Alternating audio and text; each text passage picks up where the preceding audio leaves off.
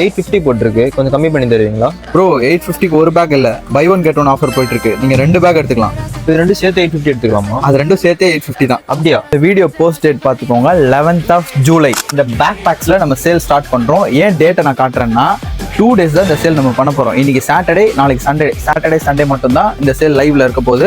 By one get one offer.